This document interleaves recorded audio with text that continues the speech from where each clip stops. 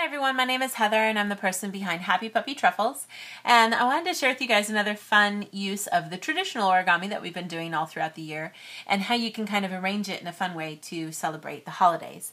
And we got a chance to play with leaves a lot for fall before, and I think of course they work perfectly for the holidays that we're looking at here too.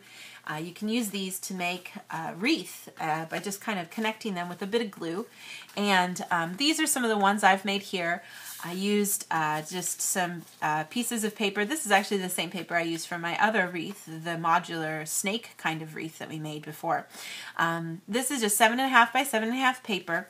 And what you wind up doing is you wind up making, using a total of 14 sheets for the way I put mine together.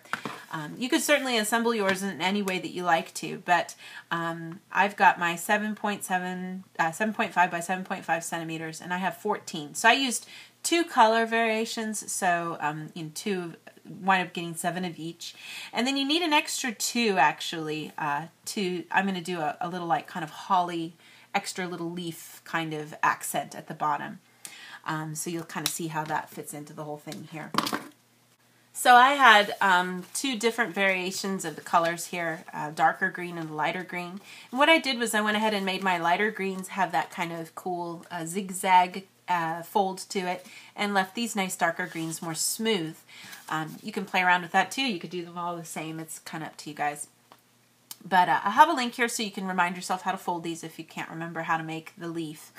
But once you get these guys here, it's just a simple kind of assembly. And the way we do this you can kind of change it depending on how you're doing it to get a different angle. I'll show you guys with a bit of glue here. There's this tiny little bit of paper that's here from where this part overlaps. And we can just use that to kind of snag to the back here. And you can choose at which point you're going to have things connect.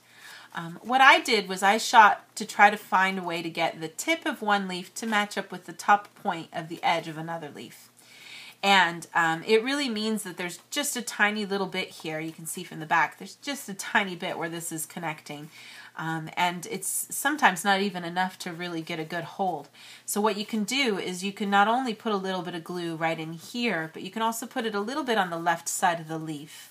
And that'll give you a little extra hold. And I find it works better if you look at the back of everything as you do this to give yourself a chance to kind of connect everything. But if I put a little bit of glue here and a little bit more on the left side of things, you can kind of see it there.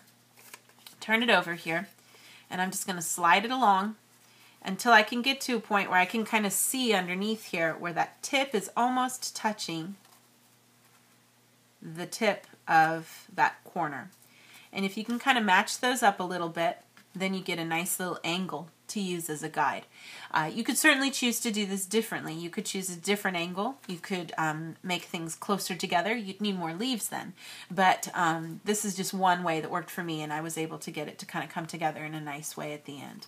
So you just keep going around doing this for all of these. You can just open things up for a bit, put a little bit of glue down there in that little center, and a little bit more on the left side to give you a little extra. Bring it back together, turn it over, slide it along until you can get to a point where those 2 points kind of come together. And you can even, open things up if you need to kind of see. Like I said, sometimes it barely even comes together at all because there's just not much room. But the extra bit of glue that you put there can keep it together so that you can kind of get stuff going around in an angle, as it kind of curves around. And if you keep putting all the pieces together, when you're done, you should be able to get a nice little wreath like I did here with everything put together. And, the last part just comes together naturally on its own, depending on the angles that you guys have done things. So it's sometimes good to have a little extra paper lying around in case you don't quite get enough to make it a complete circle. But you do get a pretty nice little sturdy circle here. If you wanted to, you could of course place this on a board for decorative purposes. You could also do like we did with that 3D piece. If you want to add an extra layer of strength to the back, you can do that with a little extra bit of thicker paper or cardboard. Any of those kinds of things works great. But what I thought would be kind of nice to do with this then is to add with a couple extra of the green leaves a little bit of like an accent down at the bottom as opposed to a bow. And then we can use some little tiny balloons to make them look like holly. Now, I used some Tomp paper here, and this is actually 5 by 5 centimeters for my little guys here. So if you're hoping to kind of make it the same, it does get pretty small, so you have to kind of use stuff to help kind of pop it out so that it's easier to put together. I use a paper clip pulled out to kind of make my balloon poof out. But yeah, I'm going to use that and make 2 because that's how many little holly berries I want. But that's up to you guys of how many, you want to do and stuff. But, so yeah, once you get to the point of once it's all folded and you try to pop it open, it helps to have one of these kinds of things to kind of stick in there and guide it along until you can put a little pressure on the end to poof it out the right way. And Tomp paper is pretty thick, so it doesn't really poof out as good as maybe just regular old origami paper would. Even at this size, you can probably blow into it and still get it to poof out once you get it started, but with Tomp paper, that won't work. So, but I've got these 2 little berries that I'm going to add on and glue, and I've got my 2 leaves, and one of the things you can do here is, usually we've got them all kind of going the same way with this, extra fold. This part is folded to the left, as is this one here. If you switch it up and you just push it and shift it so that the left side is on top now, then you can kind of have an easy way to put these 2 together in the middle and create, a little kind of section of leaf that looks nice for holly. And so with just a bit of glue in there, we can go ahead and kind of connect these. I'll get this so that I don't get glue all over my table, but I'm just going to open this part up and put a layer of glue here and then kind of let everything slide back together again here.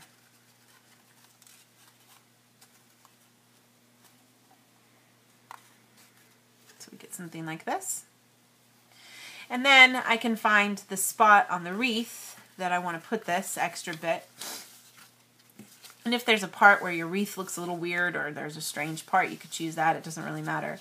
I'm just going to choose a spot here that I want to kind of glue it down onto. And there's you don't have to do it in this order. You could attach the holly leaves first, the holly berries first, but I'm just going to do this part first to kind of give it started so that I know what I'm working with here. And then you could just put a bit of glue on the berries to kind of keep them up here. And, I find that, trying to glue on one of these folded sides can be a little tricky, so you probably want to pick one of the sides that has a nice flat edge to it. And, the whole part you probably want to have pointing down so that people can't see it so much. And then this, just needs a little bit of time to sit so that it doesn't, obviously pop open and fall apart later. But if you find, just get that little bit there. And you could put 3 or 12 berries on here if you wanted to. You could sprinkle them all throughout too if you like. This is just one arrangement of a way that you can kind of take just the traditional leaf and a traditional balloon and play around with the arrangement to create your own fun little holiday decoration for this season. And I'll try to have some more fun projects for you guys as we go through all the weeks leading up to Christmas.